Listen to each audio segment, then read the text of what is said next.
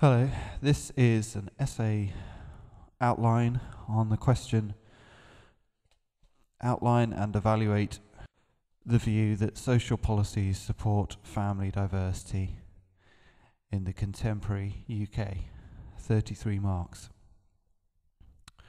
Social policies are rules, frameworks and guidelines designed to deal with social issues such as family life. Family diversity refers to difference and variation from the nuclear family model.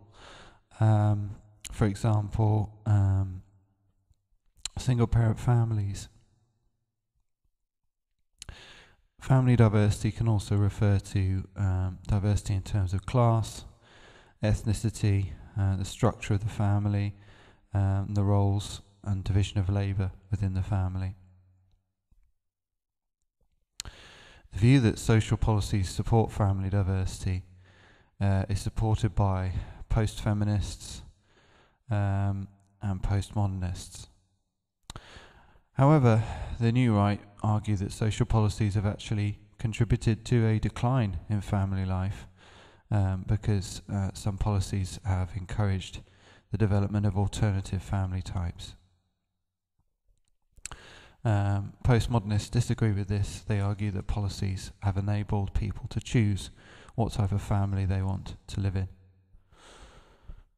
Some social policies support the nuclear family model. Postmodernists argue there have been overall shifts in the development of choice and the ability to negotiate the roles taken in family life and the structure. The rights of women and children have also been improved by policies. This has led to women working. For example, the Equal Pay Act 1974. Postmodernists see this as supporting the individual choice of women as to whether they work or not. Post-feminists Catherine Hakim argues this gives women the ability to choose. This is called preference theory. She points out that 60% of women choose to have an adaptive family role. This means women combine the homemaker role with a career outside of the home. This shows that although policies may allow diversity, it may be up to individuals whether they really choose, and that depends on whether culture encourages them to choose what the law offers.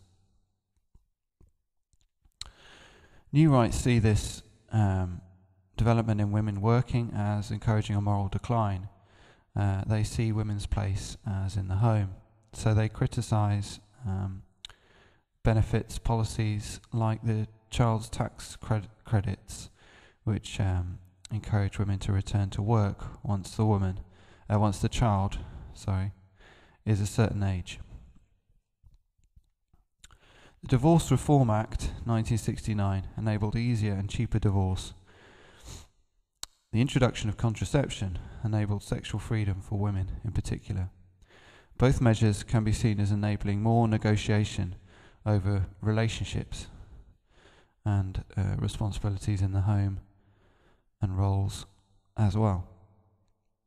Giddens argues confluent love is more common in a late modern society where relationships are based on mutual satisfaction of both partners.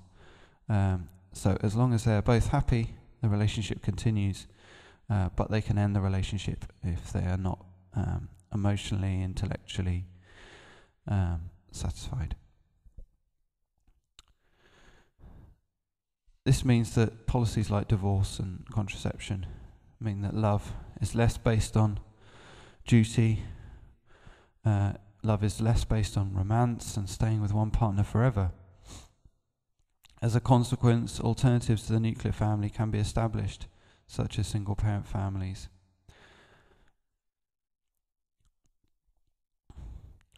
However, Allen and Crow point out romantic love remains a strong ideology and influences young people through the media.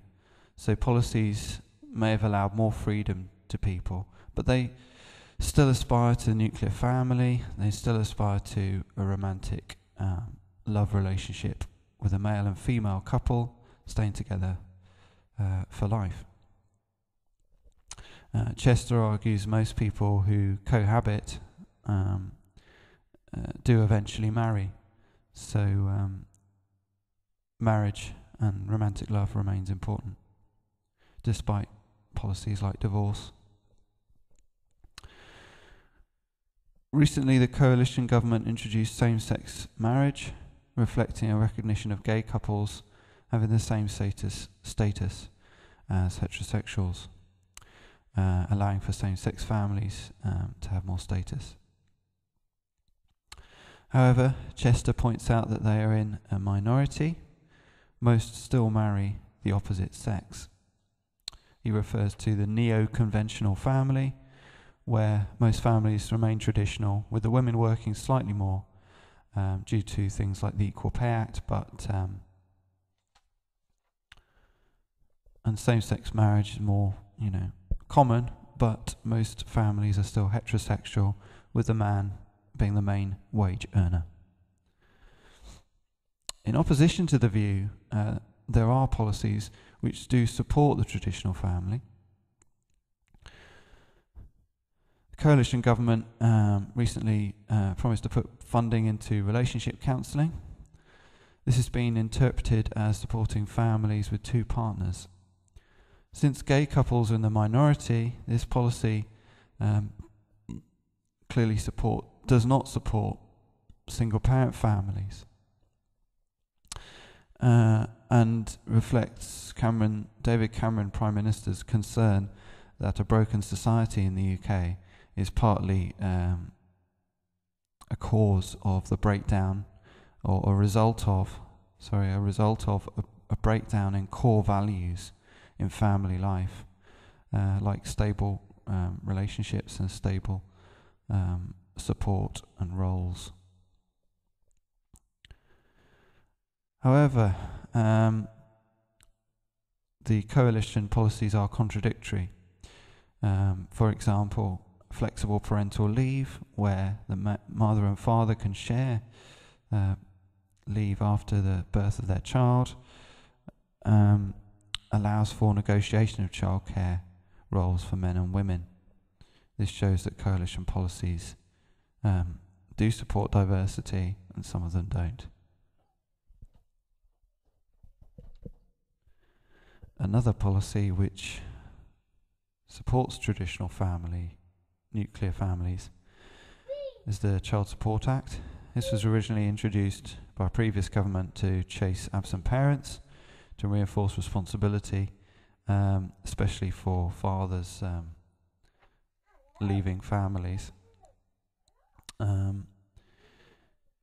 New rights support this. They argue that a permissive culture has allowed men to shirk responsibilities and their traditional role in economic support for the family. Murray.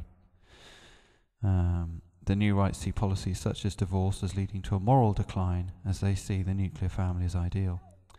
However, the Child Support Act also reduced the benefits that the single parent received as a result of the maintenance payments paid by the absent parent.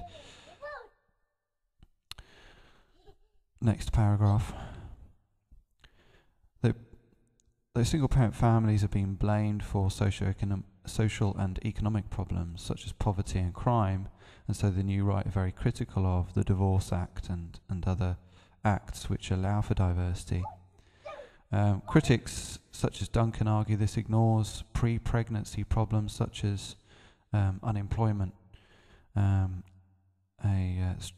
of the structure of society which is beyond the control of families.